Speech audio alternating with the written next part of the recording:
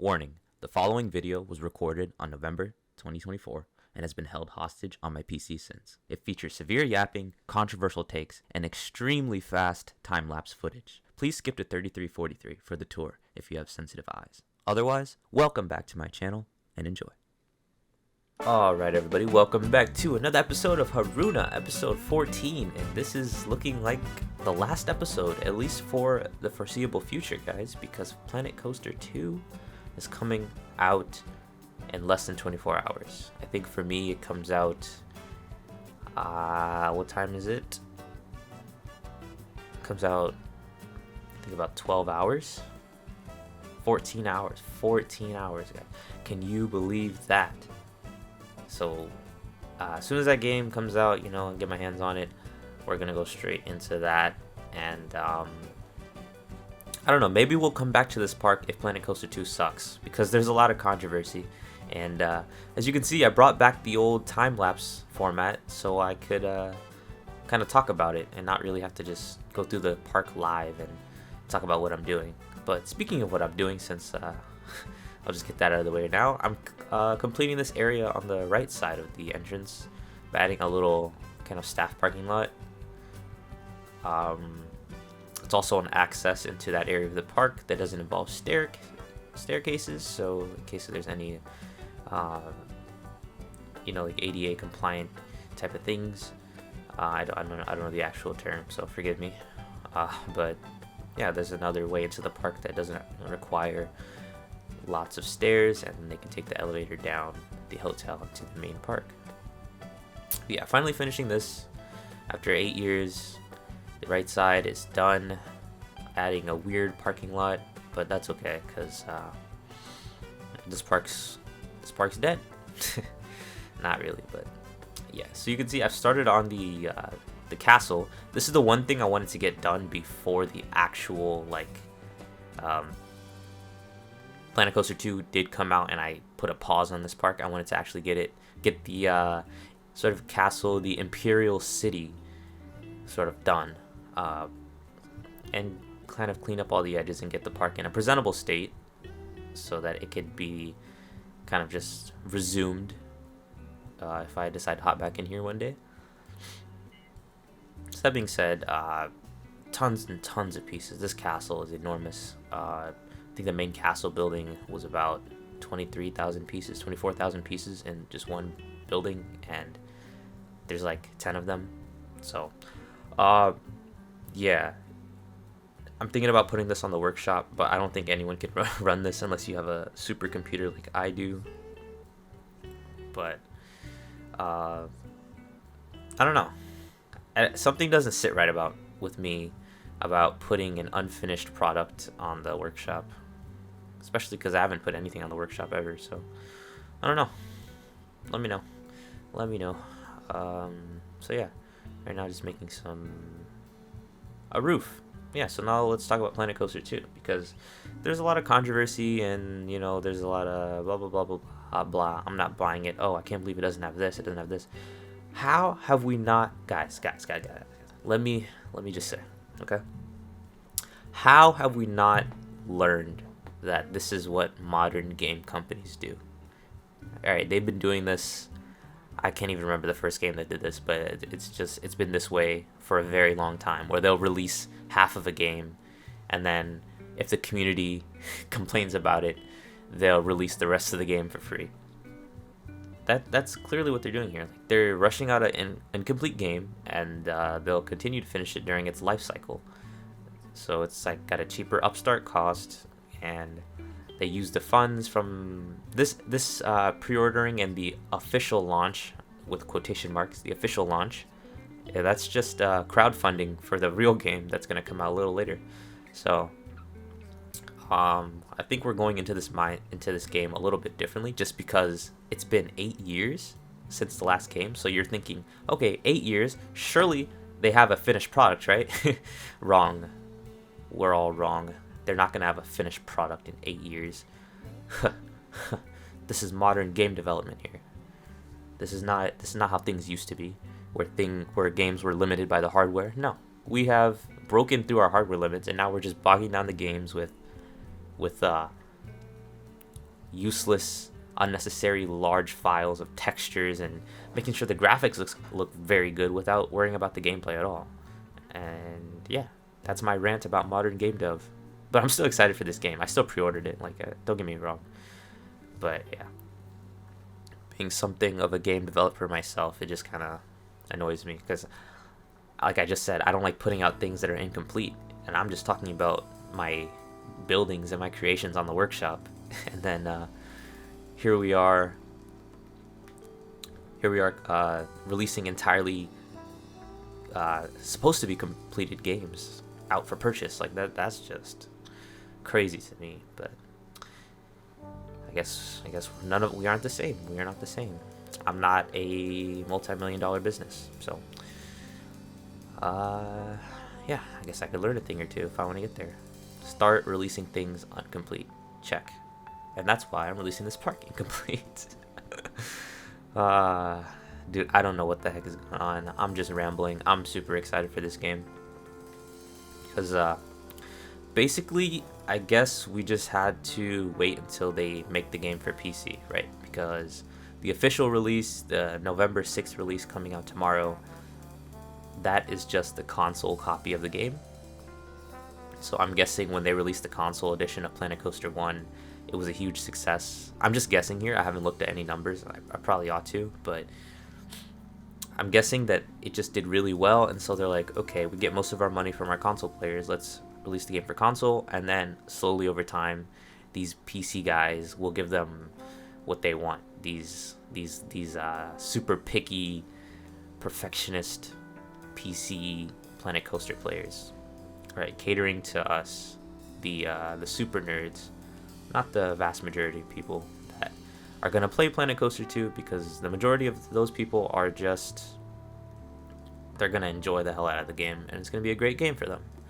And for the 0.1%, us, maybe not 0.1, maybe the 1%. Nah, there's a lot more coaster fans out there, maybe like 5%. They're really into the nitpicky, like, oh, give us transfer tracks, give us, for everything, give us, separate unload and loading stations, give us billboards. Like, most of the people don't care about that, but a lot of us in this community, that's like a deal breaker. So obviously we've seen that they're going to add that later. They've said that, and it wouldn't make sense for them to not add it, seeing as it was in the original game. So that out of the way, we just have to contextualize the game. It's a PC release of the console edition while they work on the PC edition, and this is just like a beta or an alpha, whatever you want to call it. It's an unreleased version of the game. So viewing it under that lens, I'm pretty excited for what's to come. And I'm gonna hop on that game, get used to the coaster editor, get used to the building editor, and wait for the game to actually become playable. Okay, I don't mean it like that. Actually become like playable for me to play it in this style that I'm currently building in. The super the hyper detailed, everything's got to be perfect, everything's got to be realistic, blah blah blah blah blah. So yeah, here I'm making a switching back to the time lapse. Here I'm making a terrace, or a Japanese Zen garden, on the outskirts of the castle. This footage is very long, so you'll see this episode is, I don't know how long it's going to be, but just the time lapse itself is going to be 35 minutes on its own.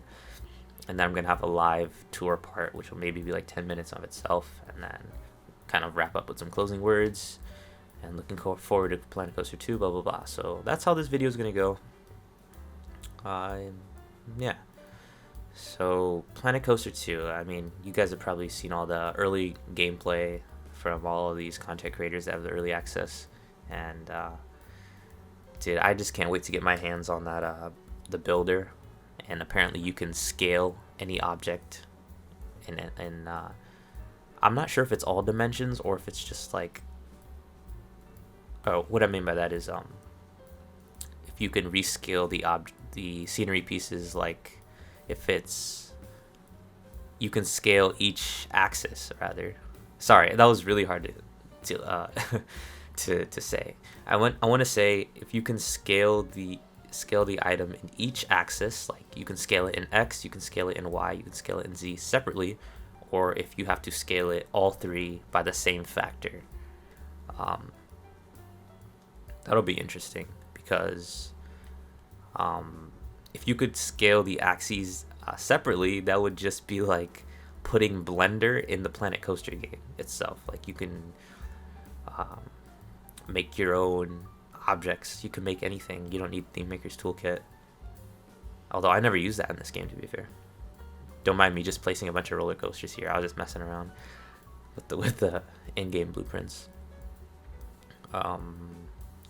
Yeah, if you could rescale everything, it doesn't make sense for it to be all three axes, because what would be the point of having all these other pieces when you can just make them all yourself, right? So surely it would have to be all three axes at the same time. You can just scale it, and that's good enough. I mean, that just sounds incredible.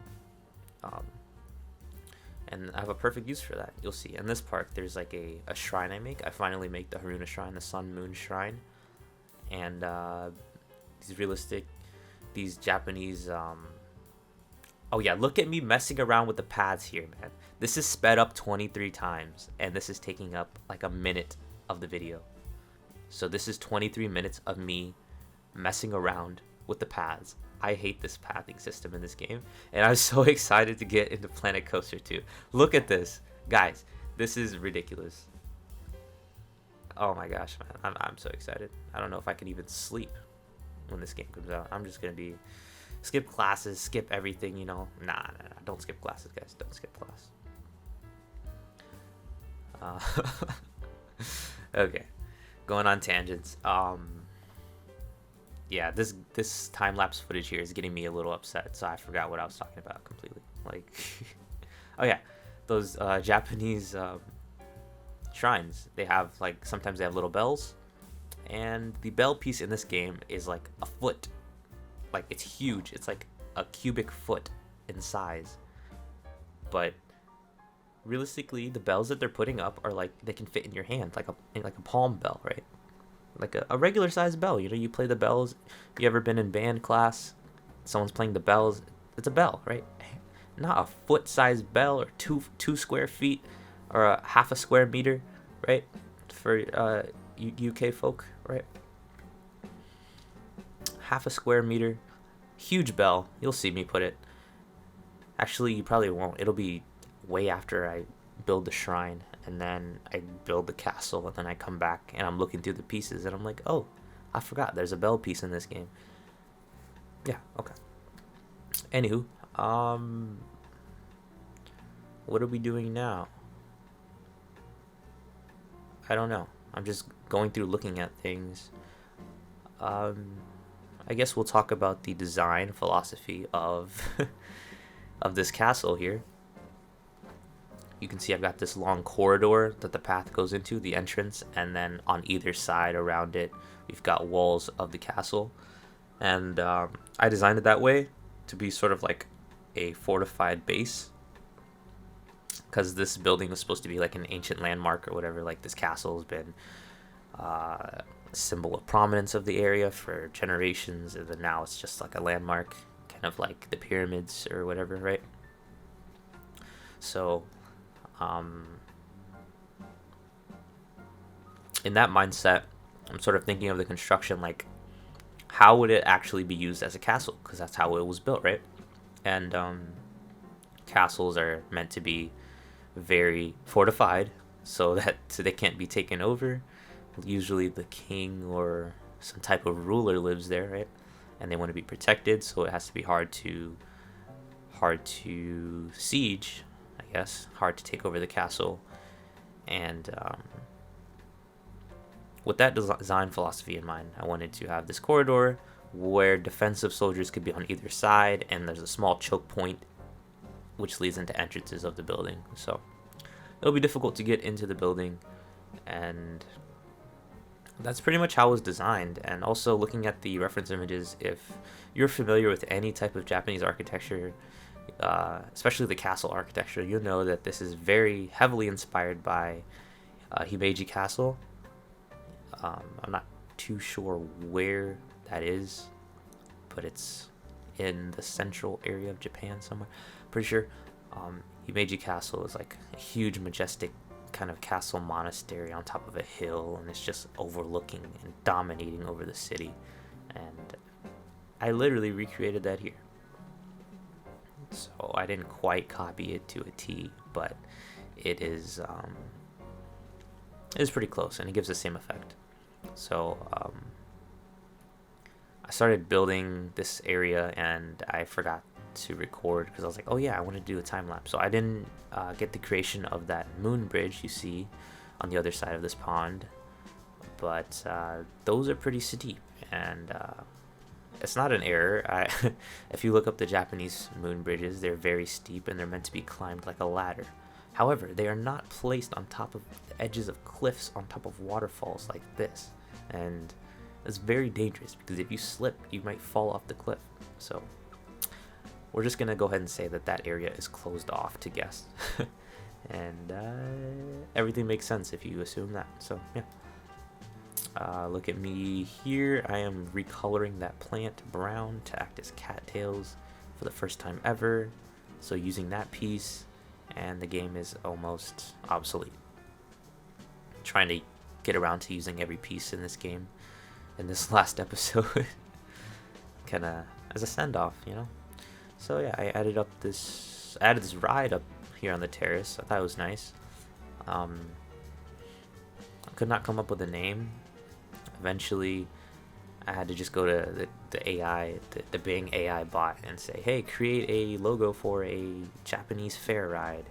And then it made the logo, and then I just went into Photoshop and came up with a name, tried to make it as uncringe as possible, and I ended up calling it Bonsai Swinger, because it's like in a Zen garden, there's bonsai trees, a bonsai swinger, because it's a swinging chair. Yeah, that name is not very good, not gonna lie, but I had to come up with something, right? And a fun fact, if you go into the Bing AI and you tell it to create something called blah blah blah bonsai swinger, it will flag and report your request because it thinks you're being inappropriate, which is kind of crazy. I'm getting off topic, but I just wanted to talk because this game is coming out tomorrow and I'm so excited. Okay, so now we're making some path extras, making the park feel at home, more cozy because of the grand scale of things. I wanted to make sure I really got the small things right, so it still feels like a park despite taking place in a landmark. So now we're doing our typical make staircases and cover up the sides with railings and stone walls to make it look solid, and it works very well. So that's why I'm doing it here again. Copy and paste that over, and look at that, already looks way better. The path is really janky here. That curving path piece between the two staircases is not flat, it actually goes down a little bit, so I can't place any benches or benches or waste bins there. You can see it's kind of curved, a bit annoying. It's all good though. Yeah, and I placed a Ferris wheel, which I end up calling the Haruna Eye. Again, not a great name, but I tried. Okay, I tried. Obviously, it's based on the London Eye, which is the big Ferris wheel in London, right? That's got to be true. I know that's true. Now it sounds weird that I'm thinking about it. Surely the London Eye is the Ferris wheel in London, right? Am I getting it mixed up with Big Ben? No, the London Eye. I'm gonna look it up. Yeah, it's a big Ferris wheel in London. Okay, I knew that. I don't know why it just sounded very weird at the moment. It's all good. Okay. Yeah, so unfortunately, this part of the park I did not end up kind of completing, so it's just a dead end here. I had plans of making some Studio Ghibli parts, and like small Japanese sea town areas down there, it was going to be really nice. So if Planet Coaster 2 flops, then I'll do that. But from what I can tell, it's just this game with better graphics, better optimized for your computers. No billboards, no customization like that. Better paths, water parks, and very flexible scenery pieces and building. So you give up billboards temporarily, but you gain so much more. Better coaster builder, better graphics, yeah, better optimization. I think I'm gonna play that game over this game, even if it does suck. You know, just for a little bit at least, because this was still a great game regardless. You know, it gave us content for 8 years. I know I haven't been around the entire 8 years, but I was there at the beginning, disappeared at the middle, but I'm here at the end. Yeah. Okay, here I'm just dressing up the Ferris wheel, just giving it an I keep saying nice. That's my like go-to descriptor. I'm just giving it a base. Yes, I'm just giving it a base, a stone base, a foundation, so that it's not floating in the air and looks like it was put there purposely. And I really enjoyed the look of it in between the castle and the roller coaster there, because at the top of the Ferris wheel you'll get great views of both the castle and the rest of the park, as well as the roller coaster that's right up next to you. So that's sort of explaining my placement of the Ferris wheel there. And there's also a sight line. You can see the Ferris wheel through the big dive loop of the coaster. So that was not very intentional, but it ended up working really well. So I'll be sure to point that out later. And right now you'll see here I'm making the shrine. So this is the shrine I was talking about. The little kind of, man, it's a small shrine. What can I say? It's very small. There's no wall pieces. It's made entirely of the wood planks. That's how small it is. I'm placing billboards around, but I don't get around to putting the images on the billboards until much later. And on my reference images, there's a lot of papers, I guess tied. I guess I thought it was stapled or something, but that's an American thing. In Japan, they use a piece of rope to tie their paper things around the posts, and what those papers are sort of blessings. So they'll leave a blessing, tie it around the thing, and it's a all very respectful thing. I really enjoy the concept of these, and if I go to Japan, which I plan on it, I will definitely go to several shrines. And another thing that these shrines have is that little red box in the front. You can see I placed 2 of those bracket pieces to sort of represent that. There's generally I believe it's called an onsen. No. Onsen. No. That's a hot spring. What was it? Seisen? I gotta look it up now. Saisen. S-I-E-S-E-N. Saisen. It's called a saisen, and it is a Japanese offering box. So when you visit these shrines, you'll maybe leave your blessing note, tie it to the side, maybe say a prayer, or leave a coin in the saisen box, and that's sort of supposed to give you good luck. Yeah, so I think that's a very nice thing to do. And when I go to Japan, I'm definitely going to do that. And then you'll see me here connecting the pathway up into this little gap in the stairs, because I couldn't think of a better way to do that. And I think it turned out okay. It kind of looks like a landing platform for like a spaceship in Star Wars, if anyone knows what I'm talking about. Yeah, so I do apologize for my building technique. I spend a lot of time just looking around at what I'm making as I build, so you'll see in the time-lapse. That's why I stopped doing time-lapses for a lot of my videos, because the time-lapse footage is very hard to watch. because it's very long, so I have to speed it up a lot, and I move around a lot. I don't stay in one angle while I build, and then sometimes I just stop building and just look, you know, see what's missing, see what needs to be put, see what doesn't make sense, see what needs to be fixed, you know, that type of thing. I think it's important to spend a good amount of time just editing too. So, you know, you spend a lot of time building and then letting it sit, letting it marinate, work on something else, and then come back and be like, oh, that doesn't work, that doesn't sit right, blah, blah, blah. That's sort of how I've been building. But yeah, speaking of building, Planet Coaster 2 building, well, building, first of all, building has never been my strong suit. I feel like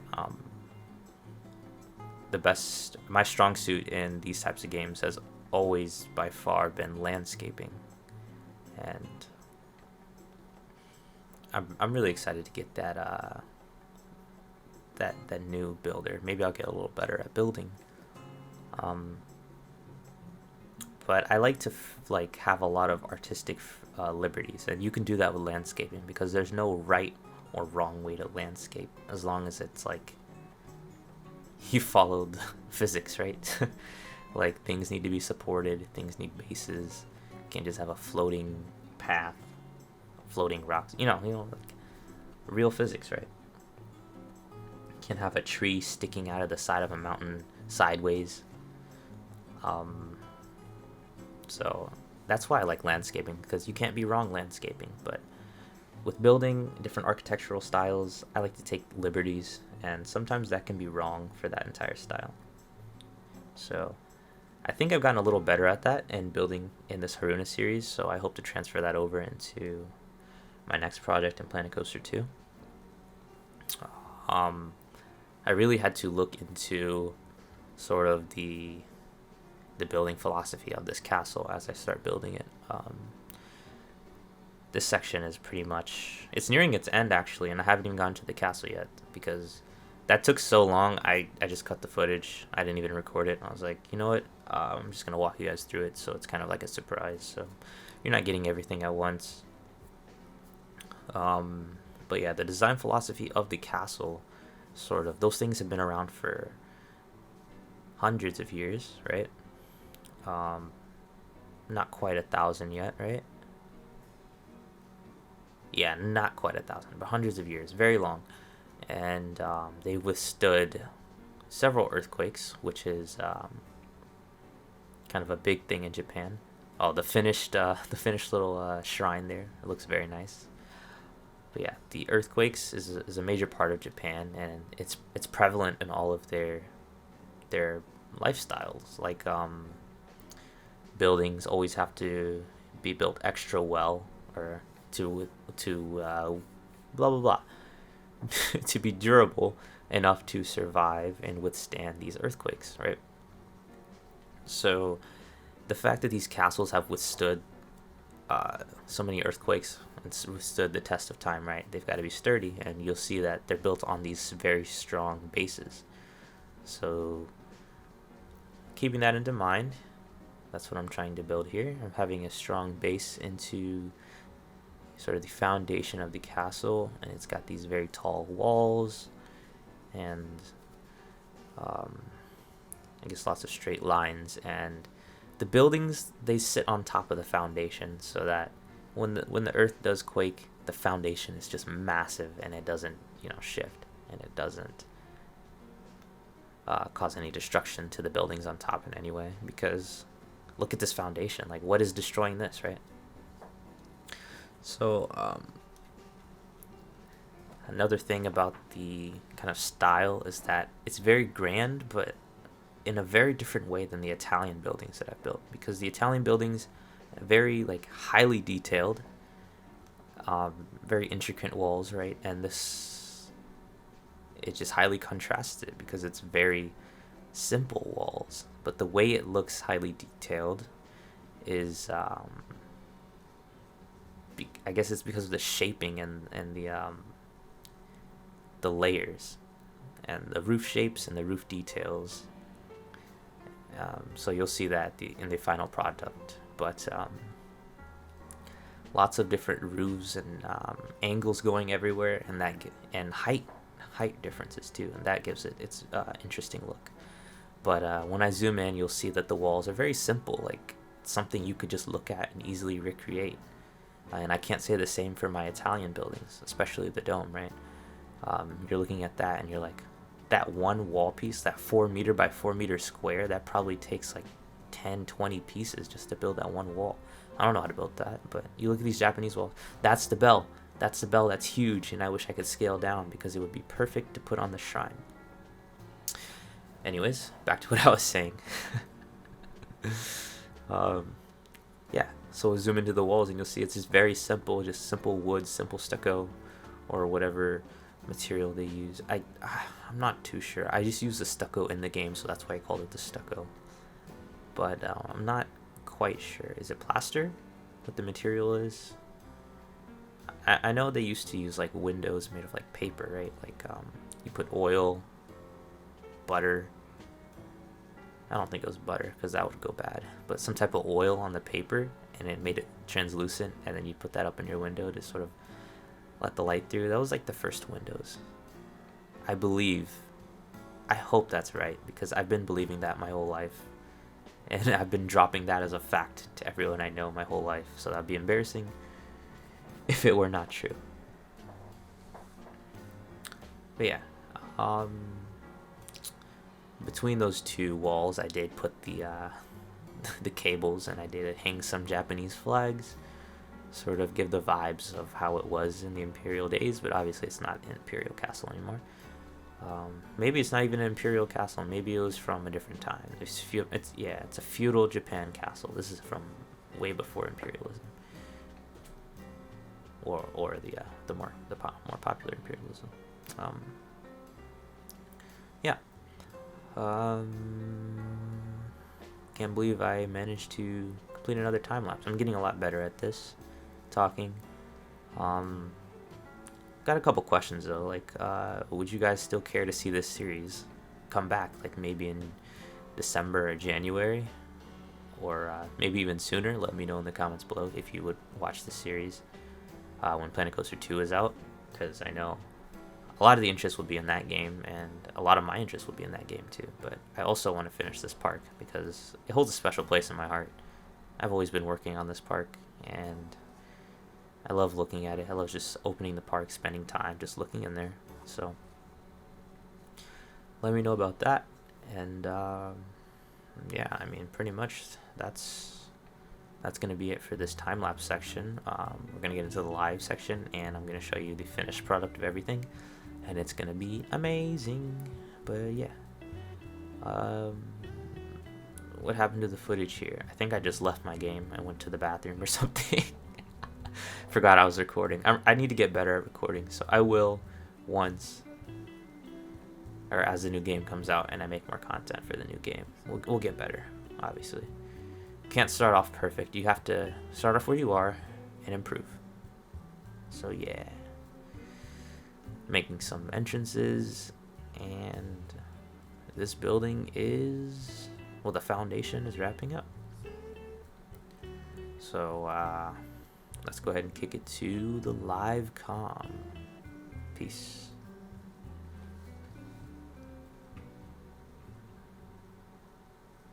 All right, ladies and gents, welcome back in to Haruna Village for the final time.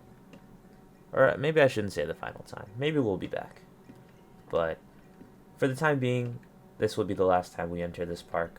So I want to make sure we get a nice, good gander at everything we've done so far. And what we've just done. Look at that. So that's the castle, and we'll work our way towards it. I always start here. This is like my favorite area. One quick thing, one final update on Hysteria, the coaster. I have added more block sections, namely here, sort of to be more similar to Voltron. So I guess if this was actually like super accurate, there would be like stopping brakes here, right? And then you'll kind of do a small little swing launch, or I guess it would stop the train since it's going slow here.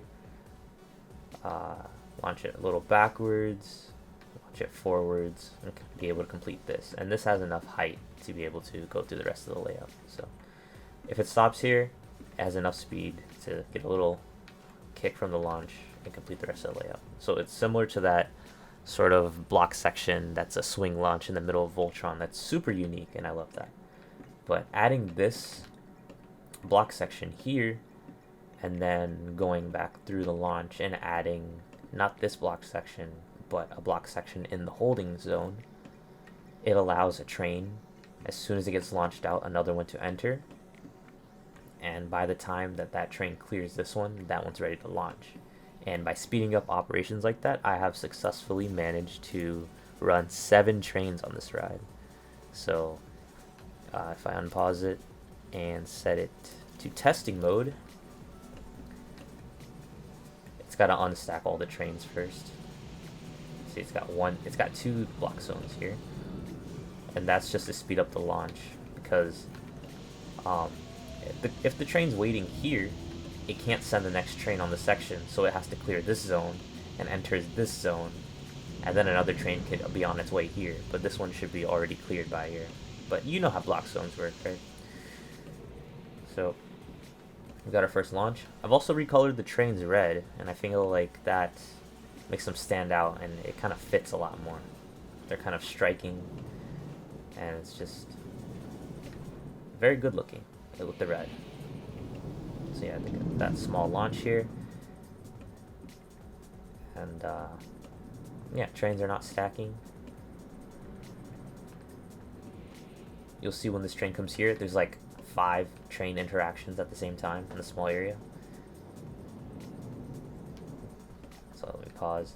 1, 2, 3, 4, and then the 5th one's over here. So that's 5 trains on the track at once, albeit one's just starting and one's just getting off. But then that will still be, 3 trains on the track.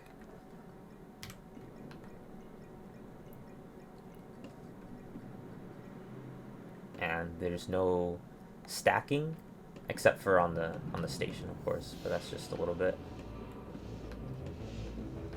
They'll stack here for now until they can start going. By the way, if you have not seen the POV, I uploaded it last week. Make sure you check that out. I put a lot of time into that video. I really hope you enjoyed it. It's got no words in it. It's just pure B-roll and on-ride footage. 100% game sounds, no music added until the very end. So yeah, that's the aspect of Voltron that this was missing. The trains everywhere. Okay, so let's continue on, shall we? So I've added some more park improvements. Added a ATM here, along with this wall and castle. I don't know if you noticed, but if I go to nighttime, I added this waterfall, and it changes color. So every time the train passes this section, I believe it changes color, like it's pouring lava or something. So here comes the launch. Take a look at the waterfall.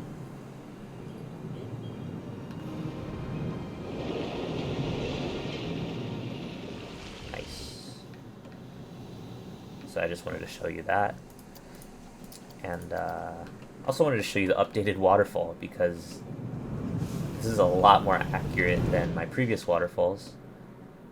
If we look at this one, right, like it looks okay, but it does not look real. It's just got water flowing straight down.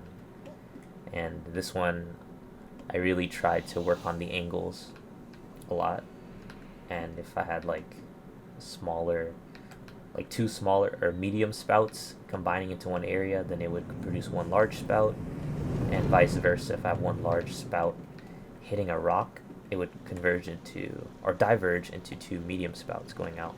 around the rock, and you can kind of just controlling the shaping of the water a lot more around the rocks just makes it look a lot more believable, sorry, as a waterfall. It's a bit loud. So yeah, there is our moon gate, or our moon bridge rather. So enough of this. Oh, also I've added some kind of sculpture, not really sculptures, but I've added some rocks. Let me pause that, it's getting loud. Sort of like, I don't even know, to be honest. They're like special stones, they look cool. They're on pedestals. This is all very fantastical. It's just very like, look at that sightline. There's another sightline that you guys are gonna love that I did not fully intend to create, but I'm glad it worked out the way it did. So I'll show you that in a bit. But I like this sightline down here. You can look directly into the top of the monastery. And I was gonna say something I'll probably remember later. Oh yeah, the reason earlier I said the word onsen was because I renamed the area Onsen Passage. Onsen meaning hot springs, and I know it's more pertaining to like a hot spring bath spa, and there's no spa here, but I put the mist here, and so it kind of makes sense as this being a hot spring, because this whole thing has had mist. So Onsen Passage, and it's right by this cliff with the waterfall that makes it look like a volcano, so the whole hot spring thing kind of works to me a little bit. Stretch your imagination. Next I've added this bonsai tree that I kind of pasted a few times around. This is the sun planter, and here's the moon planter. So I updated this, so now we've got our sun and moon. But that's not all. So I'm making our way down this midway. We saw this last time, but now we've got the Haruna Eye Ferris wheel.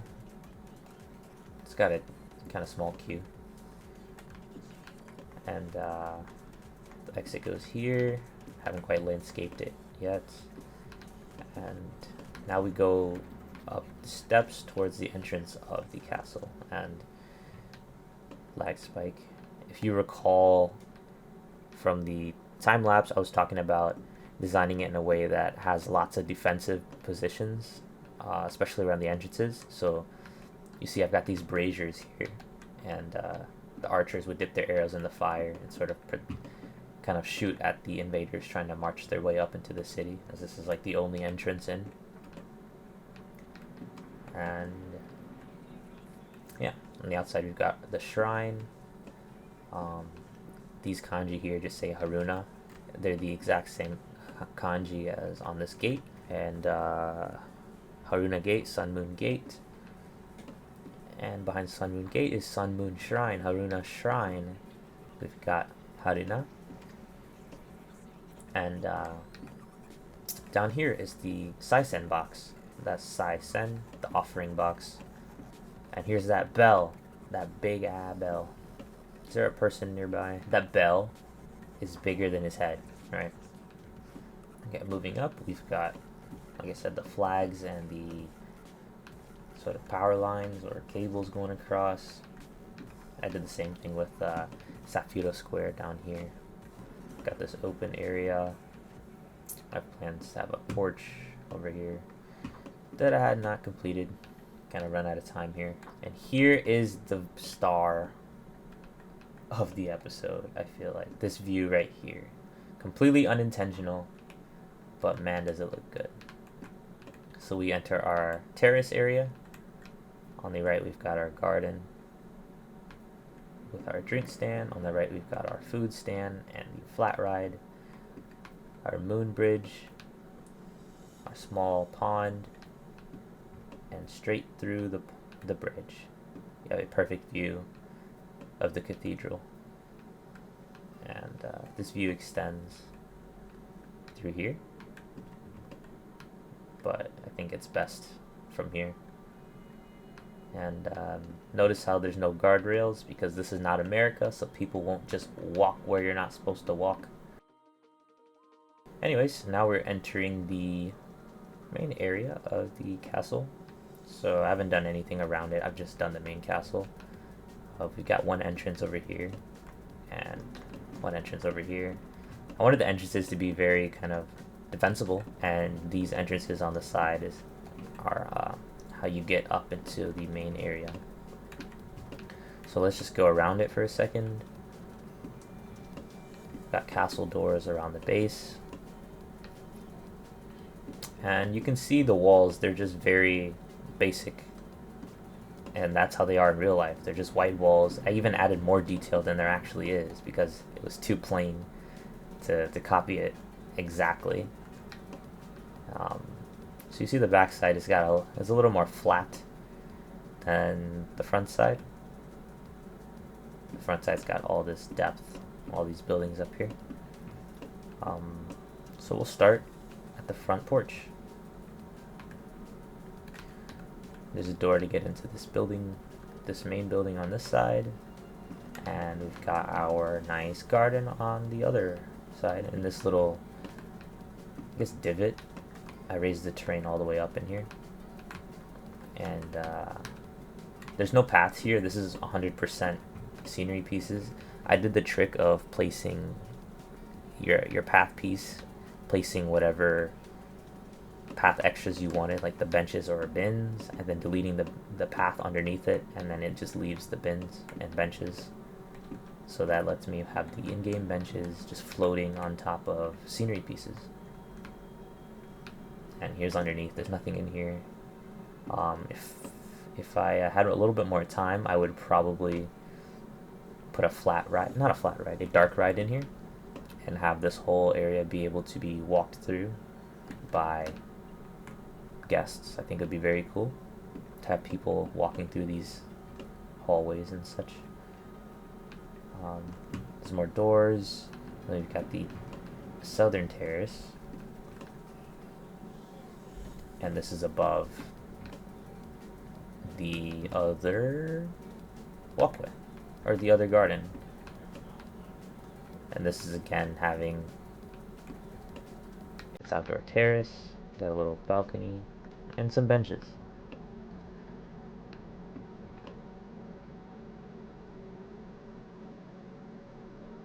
Here's a 360 of the castle.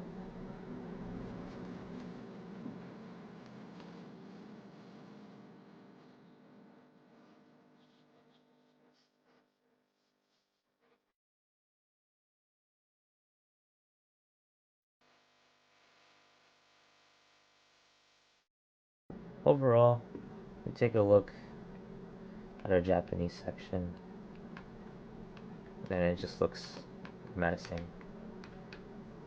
I mean, this is the one thing I wanted to complete before we said goodbye to this park. I know the Italian section is very beautiful, but this was intended to be the gem all along. If you remember the first episode, this was built here.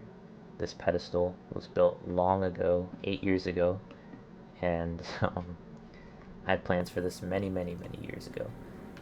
And I always kind of thought of it as being the gem of Haruna Valley, or the gem of Haruna, the jewel of Haruna.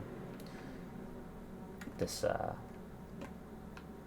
castle sitting on a hill, because look at it. It just owns the valley.